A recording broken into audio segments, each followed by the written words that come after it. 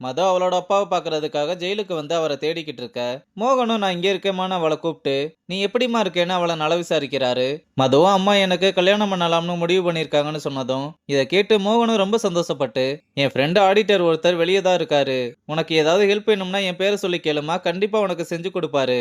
அப்பா ஜெயில தானே இருக்காரு, இவரால என்ன பண்ண முடியும்னு நினைக்காத. என்னப்பா நான் அப்படிலாம் உங்களை நினைப்பானான்னு கேக்குறா. மாப்பிள்ளை வீட்டுக்கு இந்த மாதிரி ஒரு அப்பன் ஜெயில இருக்கான்னு யாருக்கும் தெரிய வேணாம், நீ எல்லார்கிட்டயும் சொல்லி அவங்க கிட்ட எதுவும் சொல்ல வேணாம்னு சொல்லிருமான்னு கேட்டுக்க. அது எப்படிப்பா என்னால அப்படி சொல்ல முடியும், நீங்க அழாதீங்க, இதுக்கு தான் நான் இங்க வரவே மாட்டேன். இல்லம்மா நான் அழல, உனக்கு கல்யாணம் ஆக போற சந்தோஷத்துல வருதுமான்னு யாருக்கும் தெரியாம ஒரு லெட்டர் எடுத்து கொடுக்க, அவளும் அதை ஓபன் பண்ணி படிச்சு பார்க்கலாம்னு பார்த்தா அதுல மோகன், மது, கிரிஜா 3 பேர் சேர்ந்து இருக்க மாதிரியான போட்டோவை பார்த்துட்டு மது இதை நீங்க தான் வரைஞ்சீங்களா, சூப்பரா இருக்குப்பான்னு ரொம்ப சந்தோஷப்படுறா.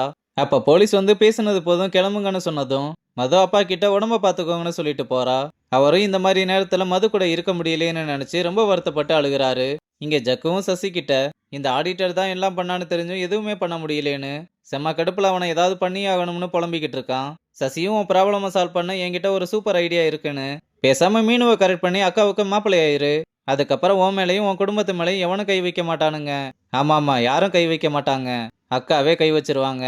அதுவும் இல்லாம நமக்கு இந்த லவ்வெல்லாம் செட் ஆகாது.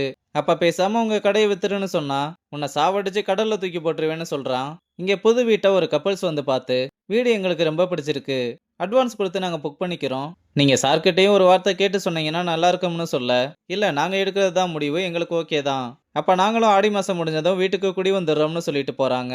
அவங்க போனதுமே எதுக்கு அவங்க கிட்ட அப்படி பேசின, இந்த வீடு அவர் கட்டி கொடுத்தது, என்னம்மா அதுக்குள்ள அவர் பண்ணதெல்லாம் மறந்துட்டியா, அவரால் பட்ட அசிங்கம்லாம் போதும், ஒழுங்கா அவரை மறந்துரு சொல்லிட்டேன், அவசரப்பட வேணாமா, ஒருவேளை அவர் சொன்னதெல்லாம் உண்மையா இருந்தா, ஒருவேளை அவர் பொண்ணுங்களுக்கு கல்யாணம் பண்றதுக்கு முன்னாடி எனக்கு கல்யாணம் பண்றது பிடிக்கலையே என்னமோ, என்னதான் இருந்தாலும் நீ அவரோட ஒய்ஃப் இல்லைன்னு சொன்னா அப்ப கூட அப்பா உண்மையை தான் சொல்லியிருப்பாருன்னு நம்புற மாதிரி பேச, மதுவும் உன்னாலாம் திருத்தவே முடியாதுன்னு சொல்லிட்டு போறா. இங்க சசியும் மினுவும் பேசிக்கிட்டு இருக்கதை பார்த்தா தான் தெரியுது சசி மினுவை வேணா கல்யாணம் பண்ணிக்கணும் அவனா சொல்லல, மினு சொல்ல சொல்லி தான் கேட்டிருக்கான்னு. அவனும் பேசாம ஜக்குவை நீ லவ் பண்ணாம இருக்கிறது தான் நல்லது, அவன் ஏதோ 1000 பொண்ணுங்களை லவ் பண்ண மாதிரி இந்த லவ்வெல்லாம் நமக்கு செட் ஆகுதுன்னு சொல்லிக்கிட்டு இருக்கான், எல்லாம் இந்த மதுவால வந்தது, இனிமேல் நீ எனக்காக அவங்கிட்ட பேச வேணாம்னு சொல்லிட்டு கிளம்புறா. இவங்க 2 பேரும் பேசிக்கிட்டு இருந்தது அக்காவோட அடியாளங்க தப்பா புரிஞ்சுக்கிட்டு வந்து சசி மினு லவ் பண்றான்னு நினைச்சுக்கிட்டு அடி போட்டு பொழந்தெடுக்கிறானுங்க. இங்க அப்பாவும் ஜெய்ஸும் போலீஸ் ஸ்டேஷன் வந்து நாங்க கம்ப்ளைண்ட் கொடுத்துட்டு போனோம், இன்னும் அந்த ஆடிட்டர் மேல எந்த ஆக்ஷனுமே எடுக்கலைன்னு கேட்க, அவங்கள உட்கார சொல்லி அப்பா கிட்ட அன்னைக்கு யாரை பார்க்க போனீங்கன்னு கேட்கிறாரு. என் ஃப்ரெண்டு ஒரு பிசினஸ் விஷயமா பார்க்க போனேன்னு சொன்னா, அவரோட பேரு என்ன, எங்க இருக்காரு, என்ன பண்றாருன்னு துருவி துருவி விசாரிக்க, ஜெய்ஸுவும் கம்ப்ளைண்ட் கொடுத்தவங்கள விசாரிக்காம அப்பாவை எதுக்காக இப்படி விசாரிக்கிறீங்கன்னு கேக்குறா. இல்லம்மா அன்னைக்கு என்ன நடந்ததுன்னு உங்க அப்பாவுக்கு ஞாபகம் இல்ல, நடந்ததை பார்த்த விட்னஸும் நம்ம கிட்ட இல்ல, இப்படி இருக்கும்போது ஆடிட்டர் மேல எஃப்ஐஆர் போட்டா இவர் தான் போதையில போய் விழுந்து கிடந்தாருன்னு சொல்லிட்டு ஈஸியா எஸ்கேப் ஆயிருவான். இதை கொஞ்ச நாள் அப்படியே விட்டுட்டு அடுத்து ஏதாவது பிரச்சனை வந்தா அப்பா பாத்துக்கலாம், அதுவரை நீங்க கொஞ்சம் ஜாக்கிரதையா இருங்கன்னு அட்வைஸ் பண்ணி அனுப்புறாரு. அப்புறம் அம்மாவும் ஜெய்சுவ சூப்பர் மார்க்கெட்டுக்கு கூட்டிட்டு வந்து காய்கறி எப்படி நல்லதா பார்த்து தேர்ந்தெடுக்கிறோமோ வாழ்க்கையும் அப்படிதான்னு, நம்மளால சில பேரை தான் தேர்ந்தெடுக்க முடியும், அவங்களையும் நல்லபடியா தேர்ந்தெடுத்துட்டோம்னா அப்பதான் நம்ம வாழ்க்கையில சந்தோஷமா இருக்க முடியும்.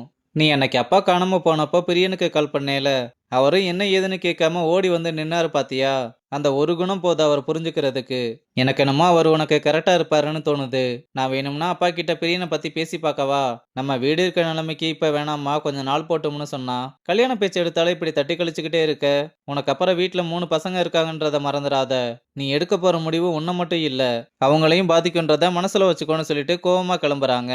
இதனால ஜெய்சுவும் என்ன பண்றதுன்னு தெரியாம ரொம்ப சோகமா இருக்கதோட இந்த எபிசோட முடிச்சிருக்காங்க.